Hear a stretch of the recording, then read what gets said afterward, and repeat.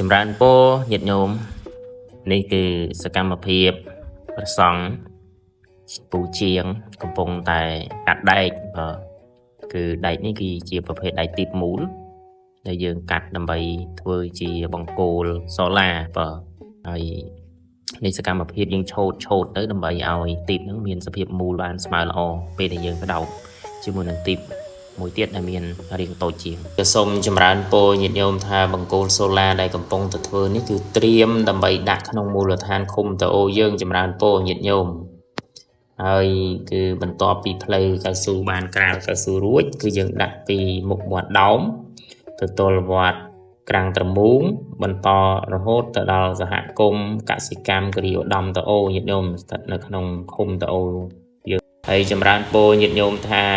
ញាតិញោមនៅតែបន្តការចូលរួមជាបន្តអាត្មានឹងចម្រើនពរញាតិញោមថានឹងធ្វើជាបន្តរហូតទៅទល់នឹងគ្រប់ចំនួន108ដើមលើបណ្ដោយផ្លូវចំនួន2550ម៉ែត្រចម្រើនពរញាតិញោម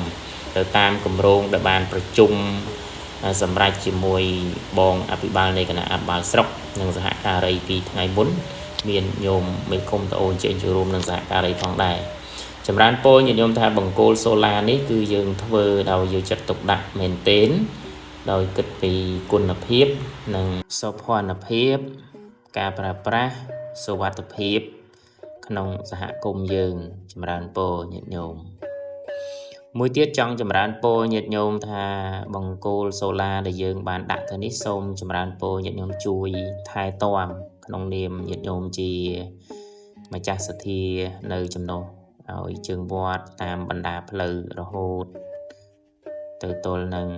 សហគមន៍ក្តីញាតិញោមដែលបានចូលរួមពីបណ្ដាមជ្ឈដ្ឋានឆ្ងាយដូចជានៅរាជធានីភ្នំពេញក្តី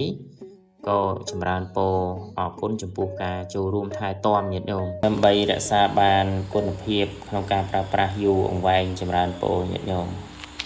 បើទោះបីជាយើងដាំដើមឈើដាំផ្កាដាំកូនឈើឬធ្វើអ្វីក៏ដោយក៏ទាមទារក្នុងការថែទាំលើកកម្ពស់ប្រសិទ្ធភាពក្នុងការប្រើប្រាស់បានយូរអង្វែងចម្រើនពរញាតិញោមហើយមួយវិញទៀតក៏សូមចម្រើនពរដល់ញាតិញោមជាពុទ្ធបរិស័ទនៅក្នុងមូលដ្ឋានឃុំតអូ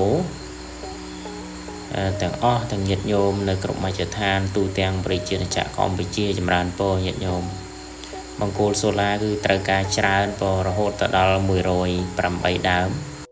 ញាតិញោមសប្បុរសជនមានបំណងចូលរួមដាក់បង្គោលសូឡាបំភ្លឺតាមដងផ្លូវក្នុងមូលដ្ឋានឃុំតអូយើងញាតិញោមអញ្ជើញចូលរួមតាមសទ្ធាជ្រះថ្លាសូមអរគុណ